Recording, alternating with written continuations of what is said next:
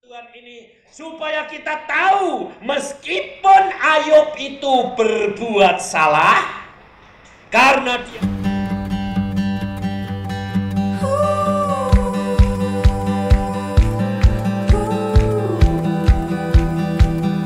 dia menantang Tuhan, tetapi Tuhan itu membela Ayub di depan teman-temannya.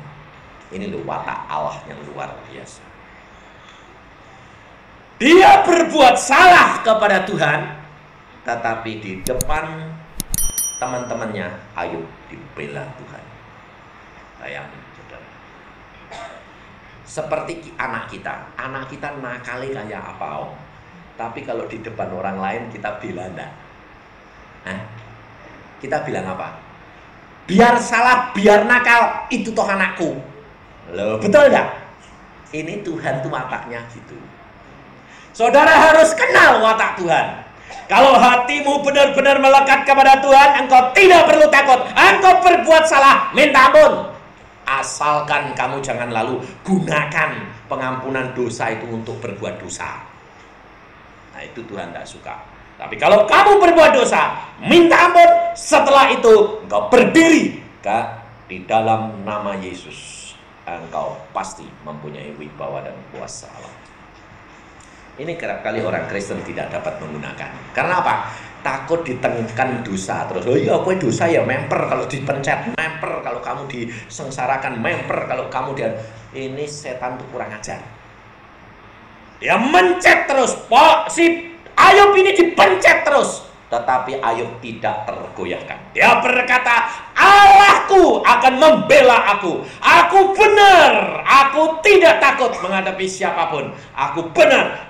Teman-temannya menyalahkan Ayub, Ayub tidak pernah tergoyahkan. Ini yang Tuhan kehendaki daripada hidup kekristenan, saudara. Saudara harus percaya sungguh-sungguh bahwa Allah musuh sanggup melakukan segala perkara. Dan kau tidak perlu takut menghadapi apapun, engkau tidak takut. Mati itu untung. Tapi kalau saudara itu tidak ngalami sendiri, percuma. Pada waktu engkau mengalami pencobaan, engkau akan lari. Saya pada waktu di lulus dokter, Tuhan mengatakan begini, berangkat ke Irian Barat. Saya berkata, aduh ke Irian Barat, gaji 5 bulan, lalu 5 hari habis. Nanti aku makan apa Tuhan? Tuhan mengatakan, aku yang memelihara kamu. Percaya enggak? Percaya. Berangkat saya. Benar-benar di sana 5 hari habis gaji. Gaji itu dimakan habis. Saya bilang, habis loh Tuhan. Tapi lucunya, Tuhan tuh tahu segala perkara. Karena saya itu di sana dokter di antara 5 kabupaten yang ngasih makan banyak. Setiap orang itu menarik hati saya supaya kalau datang cepat dirawat. Jadi tiap hari mesti ada yang ngirim makanan. Gantian terus. Sehingga akhirnya tidak kekurangan. Nah, di dalam keadaan itu Tuhan memberikan hikmat. Bikin es mambu. Sampai saya bilang sama istri saya, bikin es mambu. Wah, es mambu dibuat apa? Oh, sini belum ada es mambu. Bikin jual loh. Saudara tahu kita jual es mambu dengan gaji dokter saya lebih tinggi es mambunya daripada gaji saya. Sehingga kita dapat makan dari hasil jualan es mambu istri saya. Sebab apa? Seluruh biak tidak ada yang jual es mambu kecuali kita. Jadi gaji itu 5 hari habis, sisanya itu makan dari hasil es mambu. Dari situ Tuhan buka mata saya. Datangkan mebel. Saya datangkan dalam waktu 6 bulan, kaya raya saya. Mobil saya paling baru dan satu-satunya di kota Biak pada waktu itu. Saya beli mobil baru. Saya sampai gini, kok kalau nurut Tuhan tuh kok aneh ya? Secara manusia itu tidak mungkin, tapi jadinya mungkin. Dan dalam waktu singkat Tuhan berkati kalau nurut. Tapi kalau Tuhan mau ngabiskan, ya cepat. Setelah 3 tahun di Irian Barat, Tuhan bilang, pulang. Pikir saya mau beli unit, mau beli rumah, mau beli mobil. Sampai di rumah jeglek, bawa uang banyak. Dalam waktu 2 hari, ludes uang saya. Kenapa? Bayar utang. Padahal saya tidak utang. Yang utang kakak saya. Pakai nama saya. Nah, orangnya yang utang bilang, bayar. Apa? Utangmu. Mana? Bon-bonnya dikeluarkan semua. Loh, kok tanda tangannya istri saya yang utang? Saya panggil. Loh, gue utang apa? Aku nggak utang. Hanya utang siapa? Kakakmu. Lah kok tanda tanganmu? Lah orang itu tidak tanda tangan ini nggak mau. Oh aduh. Lah kakak saya nggak bisa bayar. Utang dari tumpuk jadi banyak, orang itu percaya karena aku dokter jadi pasti soalnya bayar. Lah ini kan berarti kita ini lalu kere ini, aku bilang gitu. Lah wis piye wong kakakmu, cacimu dewek. Lah kok kowe gelem? Lah aku gak gelem piye wong dijaluki tulungan. Bayar utang ludes-des, Saudara. Lalu Tuhan mengatakan, kamu rela ndak? Rela, saya bilang. Ya sudah. Habis bles. Uang tinggal cuma 200.000 tahun 71. Saudara tahu saya pulang itu tinggal 200.000. Saya bilang gini, Tuhan, ini 200.000 saya pakai selama saya praktek ini, saya nempel praktek, ini belum dapat pasien, lumayan setiap bulan itu pakainya kira-kira kita cuma 20.000 cukup, jadi untuk 10 bulan bisa. Adik saya laki-laki bikin retreat. Bikin retreat butuh duit untuk modal pertama 200.000. Sampai kurang 3 hari belum ada sumbangan. Sumbangannya cuma dapat 20.000. Sekarang makanan segala harus dibayar. Kakak dia sembahyang, berdoa terus, berdoa. Tuhan bilang, kamu kasih tahu kakakmu. Lah, anak adik saya itu bilang gini, Kak, Tuhan kita sembahyang, Tuhan bilang apa? Suruh kasih tahu kakakmu. Jadi aku bilang, aku butuh retreat ini, butuh uang 200.000. Lula kok ngomong sama aku? Aku ya tidak tahu, Tuhan yang suruh ngomong kok. Pikir saya, waduh repot ini. Lah saya ya bilang sama istri saya ya, adik ini kok ngomong gitu tuh piye toh? Lah kenapa? Lah karepe itu piye? Wah mestine itu duitnya awake dhewe kon ngekno. Lah kayak dikekno itu kita mau makan apa? Wong prakteknya belum payu. Waduh bingung. Tapi saya berdoa, Tuhan ini piye toh? Lah kamu rela ndak? Ya relane itu ya setengah, terus terang piye? Wong anake 3 miara pembantu 2, adik saya 3 turut saya. Saya harus miara mereka makan. Ini uang tinggal segini. Loh, kamu rela enggak? Rela tembok suruh, aku bilang gitu. Lalu Tuhan berkata, berikan. Oke, saya bilang, istriku, lihat mana duitnya? Kenapa? Suruh ngasih ke.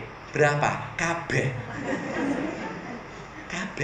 Nanti kita makan apa? Ya enggak tahu. Ya wis lah, pokoknya aku tanggung jawabmu loh ya, aku istrimu ya. Berikan semua. Ini loh saudara. Seluruhnya diberikan dan kita sudah tidak punya uang 1 sen pun. Praktek belum laku. Mau abonemen koran saja tidak mampu. Akhirnya satu saat jual ini pakaian. Istri saya bilang, pakaian-pakaian yang terlalu banyak kumpul. Kenapa? Dirombeng. Dokter dirombeng. Sampai aduh ini Tuhan lalu memberikan, kalau kita berdoa memberikan penglihatan. Memang Yusa, engkau harus ngalami dibersihkan. Lawan dibersihkan kok segala-galanya sampai katut kabeh. Jasmani rohani. Dan Tuhan memberikan penglihatan, ada pohon yang besar, rindang, penuh dengan buah. Diterak angin, bet, buahnya rontok. Terak angin lagi, bet, daunnya rontok. Terak angin ketiga, kulitnya ngelupas. Saya bilang, mati pohon itu. Wes gundul, telanjang, bulet. Aku bilang gitu. Lah kulit itu ngelotok semuanya. Lah pohon kalau kulitnya ngelotok itu kan mati dong. Aku bilang, mati Tuhan pohon itu. Tuhan berkata, tidak. Lihat akarnya. Mata saya dibuka. Pohon itu akarnya dalam luar biasa. Ujung akarnya itu nempel pada sungai air hidup. Tuhan berkata, tidak mati karena akarnya dia melekat kepada sungai air hidup. Lalu setelah itu saya bilang, oh tidak mati, tidak. Terus saya lihat, mulai pohon itu menyedot air dan mulai kulitnya tumbuh. Setelah kulitnya tumbuh mulai semi. Setelah semi mulai ada buahnya. Lalu oh jadi itu nanti hidup lagi ya Tuhan pohon itu ya.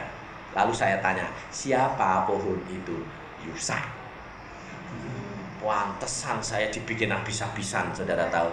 Dan selama 1 tahun sampai 2 tahun tidak pernah ngantongi uang 1 sen. Namanya dokter. Makan dari hari ke hari. Anak-anak mau sekolah, saudara tahu kalau mau bayar sekolah, dia bilang, Pak, nanti tanggal 10 suruh bayar itu, Pak. Ya kan masih tanggal 10 Tony, ya.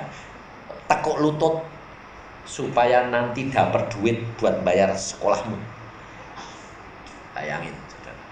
Tetapi di situ saya mengucap syukur, mendidik anak saya untuk hidup dengan Allah kita, dengan iman percaya, sehingga sekarang kita tidak pernah khawatir dan takut apapun juga. Dan dia setiap kali dia bertelur mesti dapat. Asal mau bayar sekolah, dia sama adiknya kecil sembayang. Saya tanya, nih kenapa? Sembayang Pak, Papa nanti pergi praktek ya, minta duit buat bayar sekolah besok. Sebabnya besok tanggal 10. Ya. Saya cuma berkata, Tuhan, Engkau dengar doa kedua anakku yang kecil-kecil ini. Dan Engkau didik dia di dalam iman percaya. Praktek dapatnya mesti tepat. Setelah dipotong perpuluhan, mesti dapat untuk bayar sekolah dan untuk makan. Dan hal itu dialami dari hari ke hari 2 tahun. Jadi tidak dari cuma sebulan 2 bulan, 2 tahun. Dan setelah itu Tuhan barusan berkata, mulai tahun depan engkau tidak kekurangan makan. Nah, naik lagi. Setahun lagi Tuhan berkata, mulai tahun depan engkau bisa beli pakaian. Naik lagi. Tahun depan Tuhan, sekarang mulai bisa rekreasi. Terus naik, saudara. Naik. Sampai akhirnya kita makmur. Setelah makmur Tuhan berkata, stop. Loh, stop bagaimana? Buang semua jadi hambaku. Loh, tutup praktek. Jadi direktur, copot jadi direktur. Mulai nol lagi Tuhan. Enggak nol. Serahkan ke dalam tanganku. Ini loh saudara. Hidup kekristenan harus berani bayar harganya dan nurut apa yang Tuhan katakan. Engkau akan melihat perkara-perkara besar yang Allah lakukan, dan engkau merasa bahwa bukan dirimu sendiri, tapi Allahmu yang bertindak. Firman-Nya ya dan amin. Apa yang terdapat di dalam Alkitab mesti digenapi. Dan saya sampai sekarang melihat pekerjaan Allah luar biasa. Tetapi Tuhan itu menjagai saya melalui apa? Melalui tidak boleh terikat akan duit, tidak terikat akan kepintaran, tidak terikat akan harga diri. Semuanya harus diserahkan ke dalam tangan Tuhan. Tapi saudara tahu, jalan yang Allah berikan luar biasa, tidak masuk akal semua. penginjil seperti saya.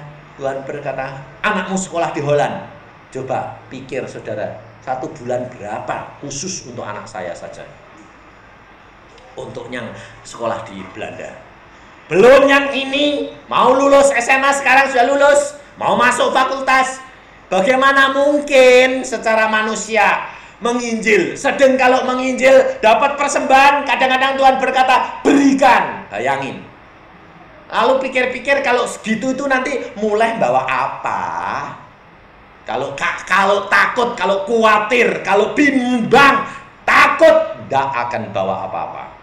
Kalau di dalam pikiran saya mulai ada, waduh, aku butuh duit akeh. Tuhan berkata, awas, jangan melekat.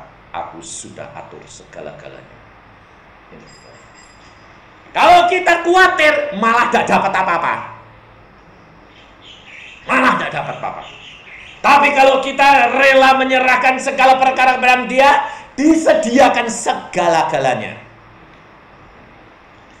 Maka pada waktu sebelum ke Israel, Tuhan berkata, kamu berangkat ke Israel. Loh Tuhan, kok Israel tuh biayanya mahal. Orang 1-2,5 juta bayar sendiri loh.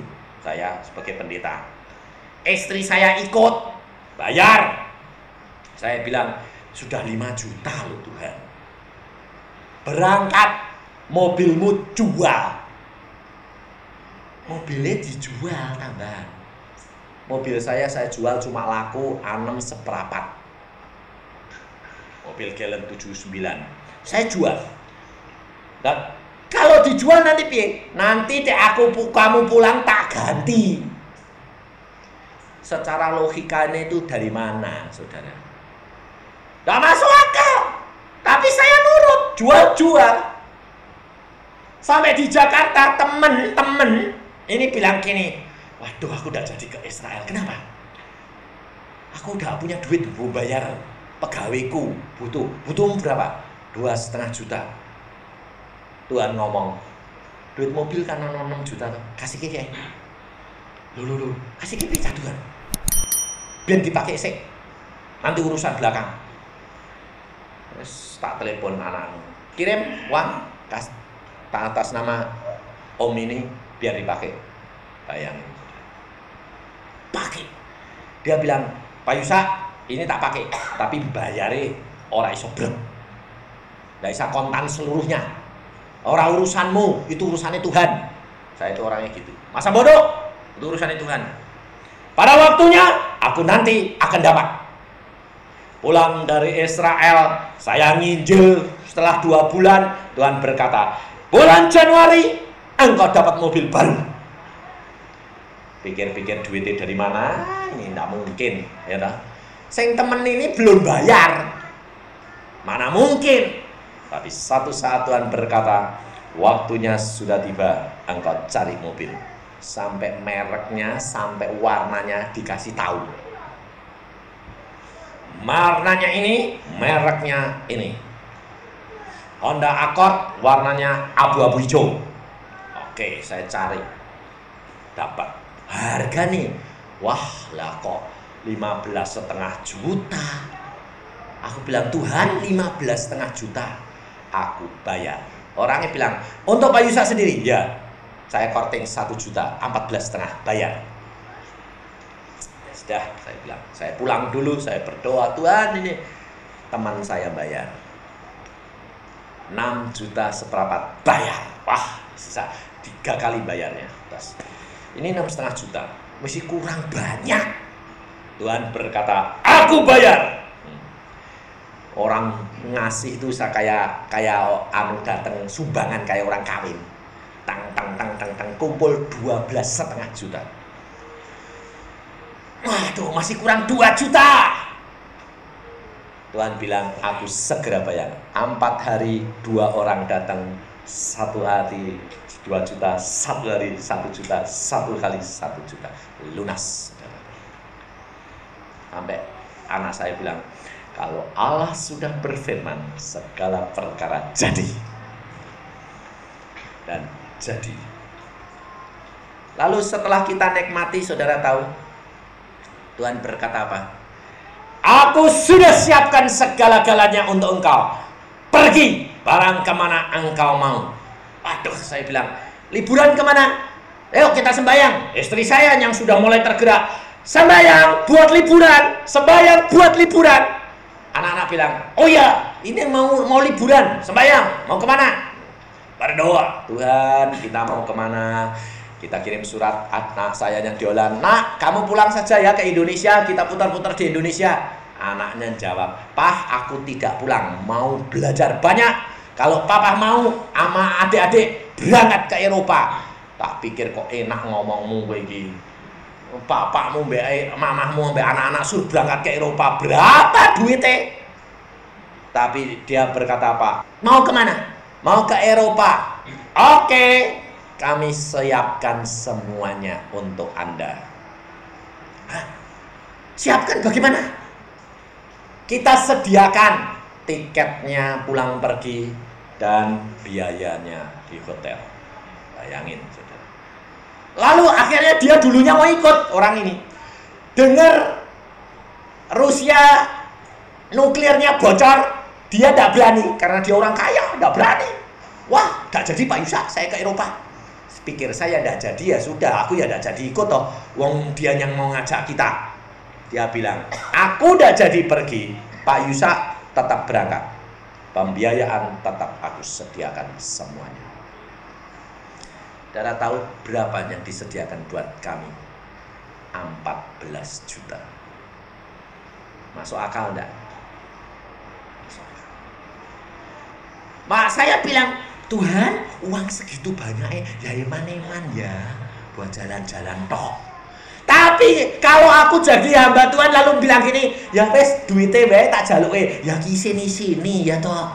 Wong dikasih ida dibuat saya kok. Saudara tahu tiketnya dikirim. Saya sudah diberi tiket untuk ayah saya, istri dan anak-anak. Pada waktu saya berdoa, Tuhan, ini mosok berkat ini buat aku toh. Saya bilang, kan mesti ada yang dapat yang lain, hambamu atau siapa yang kamu suruh kasih, saya kasih loh. Tuhan berkata, itu loh, Sambudi bawa. Langsung saya berdoa, padahal saya tidak pernah mikir dia loh. Sambudi tahun yang lalu kan dia bilang, aku kepingin ke Israel. Dia punya jatah, bawa. Saya introkal, Sam berangkat dah, sedang nginjil di desa. Istrinya bilang, mau bangkat toh. Langsung saya introkal ke Jakarta, tolong tambah tiket suami istri si Sambudi sama istrinya, dikirim tiketnya. Datang, saudara tahu, Allah kita itu menyediakan segala-galanya, saudara. Tidak ada barang yang mustahil bagi dia. Tidak masuk akal di dalam pikiran kita, saudara tahu. Kalau Allah sudah mau, kenapa engkau takut dan khawatir? Kita tidak tahu. Saya sendiri tidak masuk akal. Apa yang saya kerjakan? Orang itu tidak utang budi sama saya. Ketemu saya barusan 2 kali. Dengar khotbah. Lalu melakukan, dia bilang, Allahku luar biasa. Betul, saya lakukan semua jadi. Dan Tuhan bicara kepadaku, engkau mau jalan-jalan, aku sediakan segala-galanya. Bayangin, saudara. Bangun gereja saja butuh 10 juta, bingung kok. Suruh jalan-jalan butuh segitu banyak sampai saya bilang, ini bagaimana sih Tuhan? Tetapi saya cuma terima tiket. Uangnya belum, tidak dikasih. Kasihnya apa? Nanti kalau mau berangkat ya Pak Isa, mampir. Saya berikan kamu travel check untuk dipakai di sana dan uang Belanda. Bayangin. Jadi kalau belum berangkat, belum dikasih. Kan sama dengan orang yang dipaksa toh, suruh jalan-jalan toh. Kalau ndak kue ndak mangkat ya tak takei. Lah ya kan kayak orang gitu. Lah kan aku sampai bilang, kok aneh sih Tuhan. Dia bilang, demikian Pak Yusak mau berangkat, saya berikan semuanya itu. Sepertinya Tuhan itu mau menghendaki tidak boleh uang dipakai yang lain kecuali untuk jalan-jalan. Allah kalau sudah menjatahkan kamu harus pergi, pergi. Jatah yang dipakai untuk satu hal tidak boleh dipakai untuk lain. Kita kerap kali bilang apa? Oh, aku dapat berkat segini, sayang ya buat ini, dipakai saja buat itu. Kerap kali saudara salah jalan. Engkau tidak akan diberikan tempat yang lain kalau engkau berguna. Lebih-lebih kalau saudara menggunakan uang perpuluhan. Uang perpuluhan sudah banyak, utang sih. Ini kerap kali orang Kristen suka. Gue bayar apa? Utang sih, engkau tak bayar, malah bangkrut. Jangan sekali-kali pinjam uang perpuluhan. Sebab hal itu berbahaya luar biasa. Allah tidak suka engkau menjadi pencuri. Engkau berikan, jangan kutik-kutik. Ini pengalaman kami. Nggak dikutik, apapun sampai nggak punya, nggak berani ambil uang perpuluhan. Karena itu jatahnya anak Tuhan yang lain. Dan Tuhan pasti berkati. Nggak pernah nggak kekurangan. Nggak pernah kurang. Pasti berlebihan. Karena Tuhan mengatakan engkau diberikan dimakan. Burung diberi makan, engkau pun diberi makan. Maka dari itu saudara tidak usah khawatir ikut Yesus. Ada pengalaman yang unik yang dialami oleh anak-anak Tuhan di RRC, saudara tahu. Kalau Tuhan memberikan makan kepada burung gagak, pada Elia dengan burung gagak, Tuhan dapat memberikan makan kepada anak-anaknya. Di RRC ada seorang om yang miskin luar biasa, dan dia pada waktu negara komunis berkuasa, dia diangkat jadi kepala kampung, dikasih gedung besar, kasih makanan banyak, tapi dipakai untuk persekutuan. Orang Kristen yang harta bendanya diambilin, dikumpulkan sama dia, dikasih makan. Pemerintah tahu, akhirnya dia dipecat.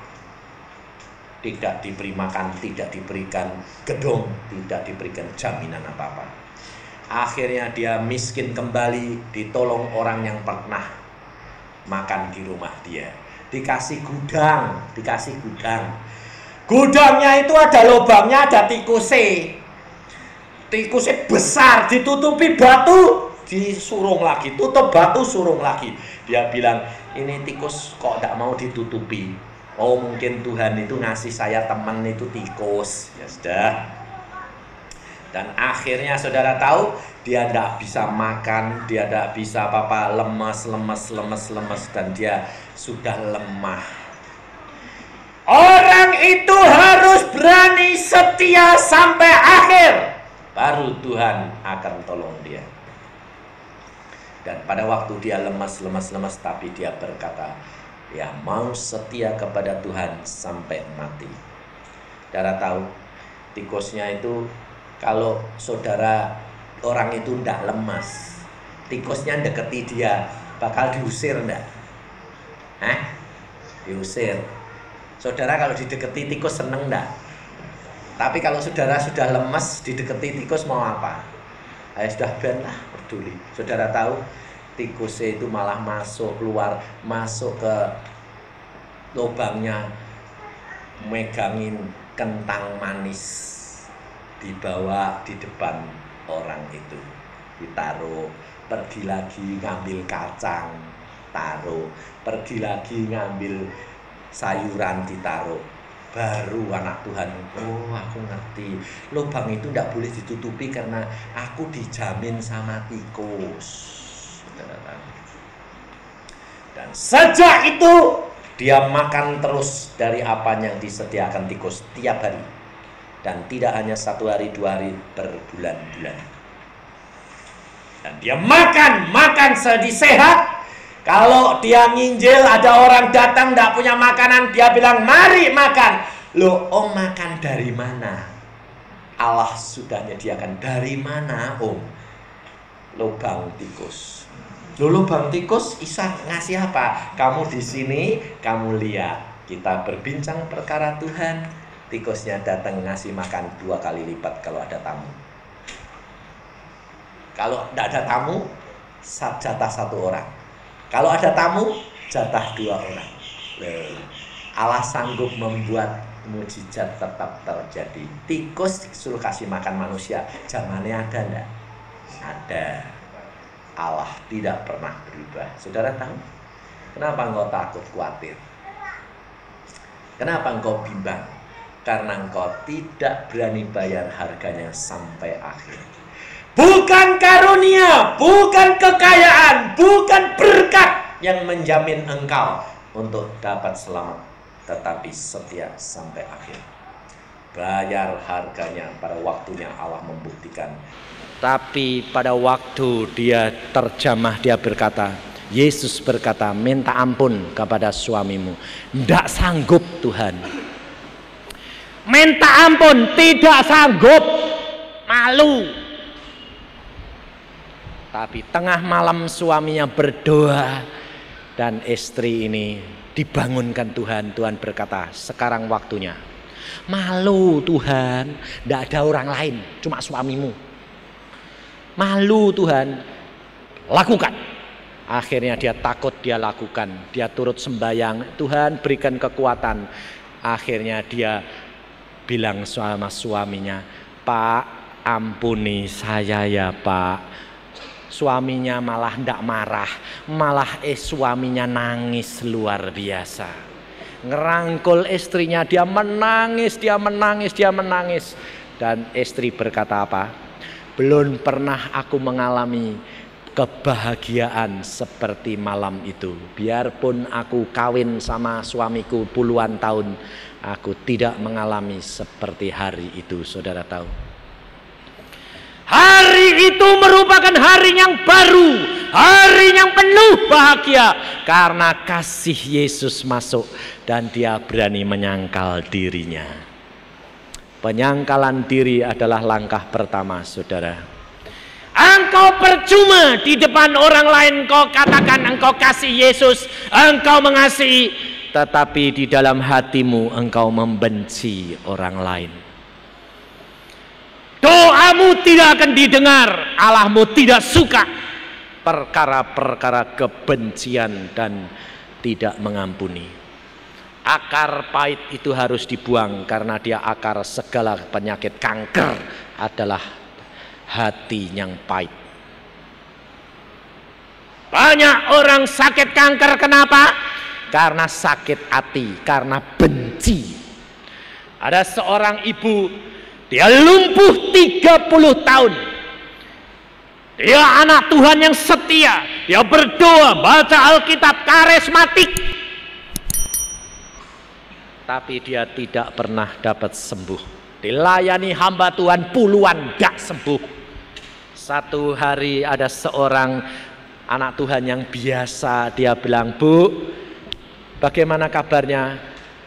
Aku sudah biasa kok pakai kursi roda begini, 30 tahun aku tidak pernah sembuh. Lalu orang itu berkata, Bu, saya kok diingatkan Tuhan, ibu ini punya sakit hati. Udah, aku sudah keluarkan semua sama Tuhan, beres. Aku sekarang setia, aku sekarang baca Alkitab, aku sekarang lakukan apa saja yang Tuhan mau. Dia berkata, tapi Tuhan jelas ngomong engkau masih punya. Coba ibu diurut dari lahir. Dari lahir diurut. Dia lahir, tanyain, ibu dulu lahir tahun berapa? Tahun ini. Berapa saudara ibu? Dia nangis, saudara tahu. Oh iya, aku punya saudara kembar satu. Yang sampai sekarang aku sudah lupakan dia. Saudara dia kembar lebih daripada 40 tahun tidak pernah ketemu. Karena sudah berjanji kita tidak akan bertemu. Karena gara-gara kembar terus sampai pacar keliru. Karena yang ini merasa sakit hati, kalah cantik, kalah lembut, akhirnya berkata tidak akan terjadi pertemuan, pisah, dan tidak usah aku saudara kita hilang. Dan saudaranya pergi ke kota lain, dia lari ke kota lain, tidak pernah ketemu, dan sejak itu tidak pernah diingat bahwa dia punya saudara satu kandungan. Dan setelah dia bilang, oh aku punya, aku sakit hati dengan saudara kandungku sendiri, saudara kembarku. Sekarang orangnya di mana? Aku tidak tahu. Cepat beresin. Allah mau bertindak. Hanya tinggal satu hambatan yang ibu belum bayar. Dan pada waktu itu dia berkata, aku akan cari. Malam hari itu dicari. Orang tuanya, familinya ditanyain semua. Ketemu di kota lain. Dienterokal sama dia jam 1 malam. Telepon, jawab. Kamu ingat saya? Siapa kamu? Aku ini saudara kandungmu. Oh, kamu toh. Lalu dia bilang, aku sekarang sudah jadi anak Tuhan. Aku mengasihi engkau. Aku minta ampun. Aku dulu jahat kepadamu. Aku sekarang mau minta ampun. Engkau mau ngampuni aku toh? Yang sana bilang, aku dari dulu sudah ngampuni kamu karena aku tidak sakit hati. Engkau yang sakit hati sama saya, tapi aku sekarang bertobat. Aku minta ampun. Sambil air matanya bercucuran, ibu ini tidak sadar kalau dia itu sudah megang telepon sama jalan-jalan. Aku minta ampun. Si orang ini dia bilang, jalan-jalan.